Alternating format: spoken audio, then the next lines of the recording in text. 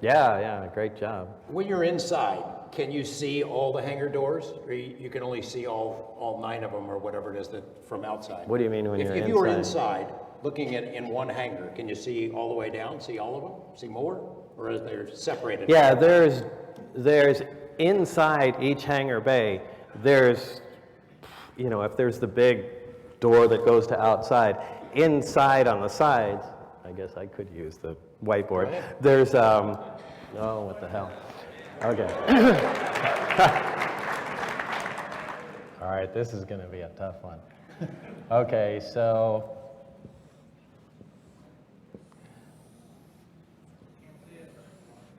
You can't see it, all right.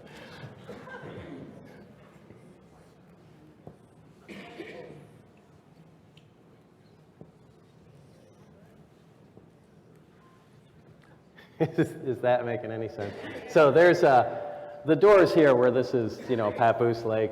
The main doors here roll up. However, inside there are regular doors, and on one occasion, these doors were all open. And when I came in through here on the first, I think it was the first time they showed me, well, there's the craft in here. These doors were all open, and you could see that there were different craft in each. So those are the doors I'm talking about. Let's talk about the whirly gigs, or whatever you want to call them. So talk about the first time you saw one of them. Was it the first time I saw one of them was the second time I came in. The last bay door was open. That was the sport model that was sitting in there. We pulled up, we stopped. Instead of going around in the front normal entrance, we went in through, the big bay door. Before you had seen these posters you described that were on the walls. Yeah, the They're Here posters. Describe what the posters Yeah, they went through the trouble of actually making a picture of the sport model that was lifting, obviously off of Papoose Lake, because you can see the background there, and it just said "They're Here," and it was like a commercial poster. I mean, they looked like they were lithographed. I mean, they must have been printed on site. They wouldn't have done that out there. But obviously somebody's idea of a joke. Yeah, it was good to see that level of, lightheartedness out there. First day you get a look at the sport model, what are you thinking to yourself? Oh my God, what are you thinking? No, it was alien flying saucer did not enter my mind. It was exactly the opposite, that, this explains all the UFO sightings, that, we have some field propulsion technology. It has to be in this, shape or form, flying saucer type, and this is what people have been seeing for a long time, thinking that they're alien craft, and it made perfect sense to me. It's like, great, I'd really like to be part of this project, advanced propulsion. This is dynamite. So I was excited to be part of it. In fact, when we went by it, and I think I'd even mentioned to you, it had a little American flag stuck on it, yeah. And I dragged my hand across it, and it felt like cold, so I just assumed it was metal and got yelled at immediately. Don't keep your hands at your side, walk forward.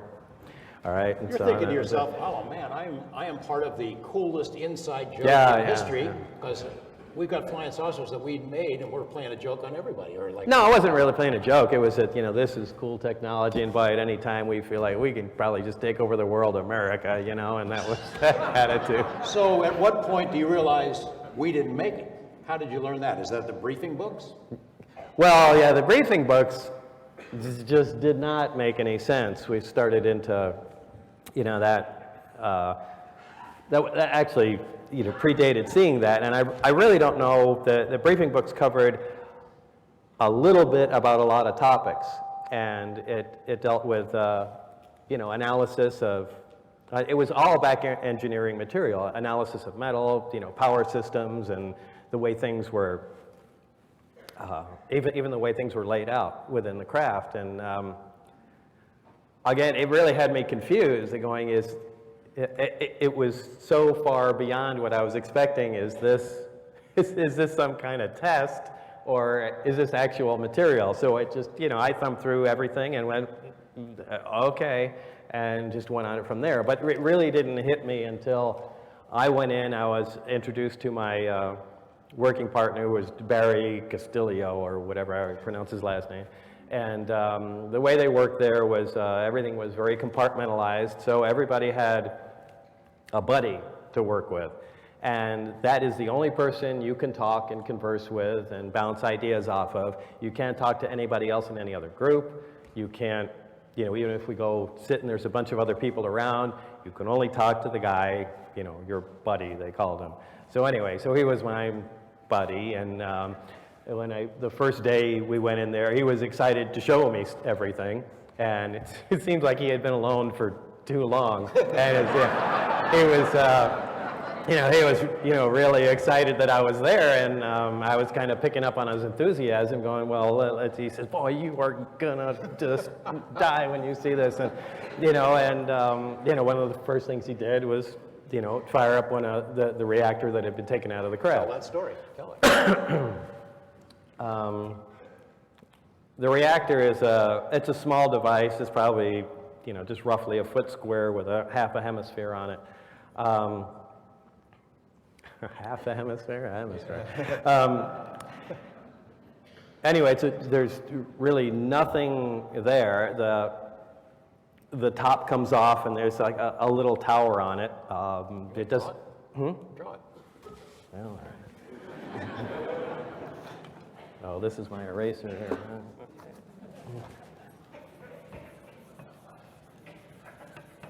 Can you see the drawing in the back? No? Pretty tough. No? Oh, these guys We'll do the can't. best we can. That's not fair. You have to watch it on the screen.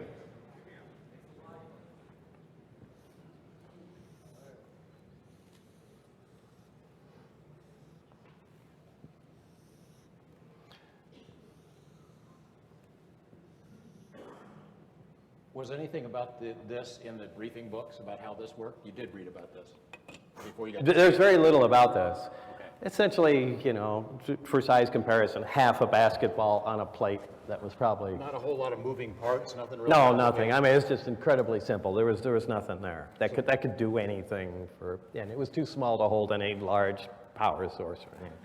So what did he show you? Anyway, the top came off, and he put the top on, and then he said, go ahead and grab the sphere.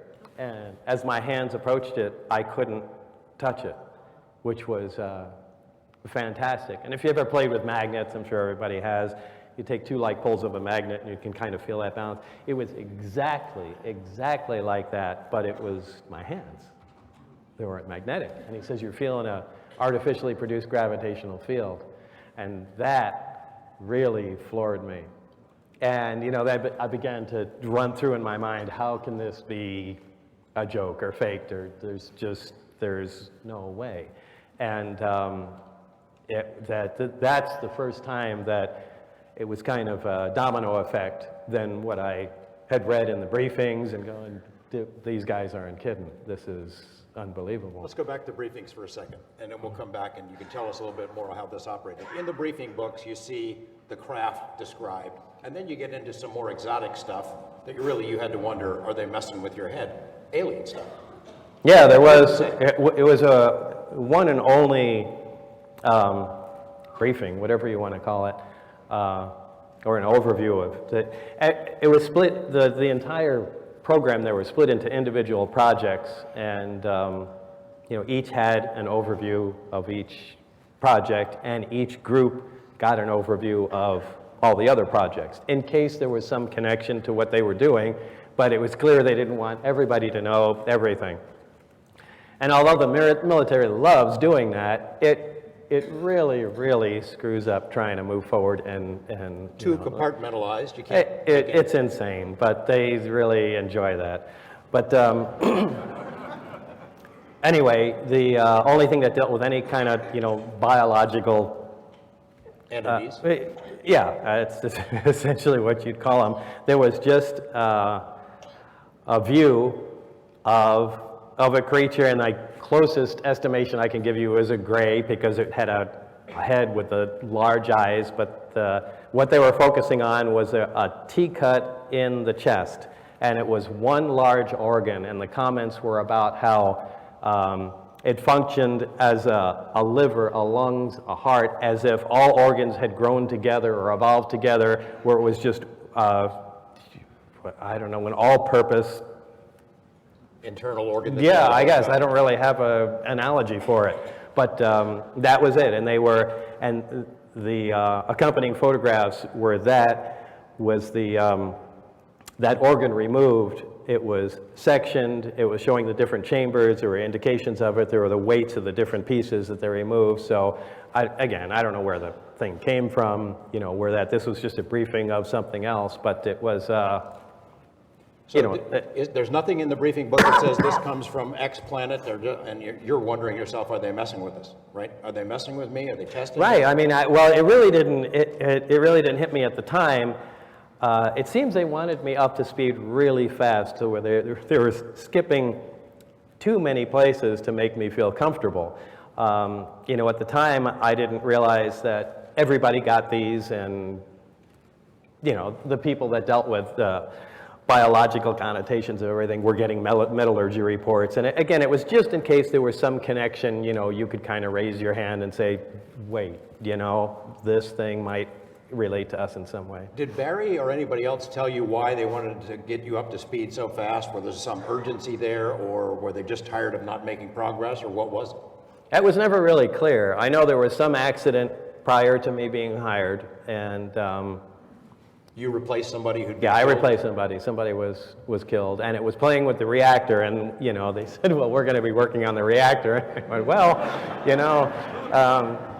but so, yeah, there was obviously a lot of caution being taken, but from what Barry said and what Dennis said, who was my immediate supervisor, was that, they were trying to make leaps and bounds way too fast, and, I was certainly not planning on doing anything like that, especially hearing the news of that. Were you thinking to yourself, I shouldn't be here? Why have they got me here?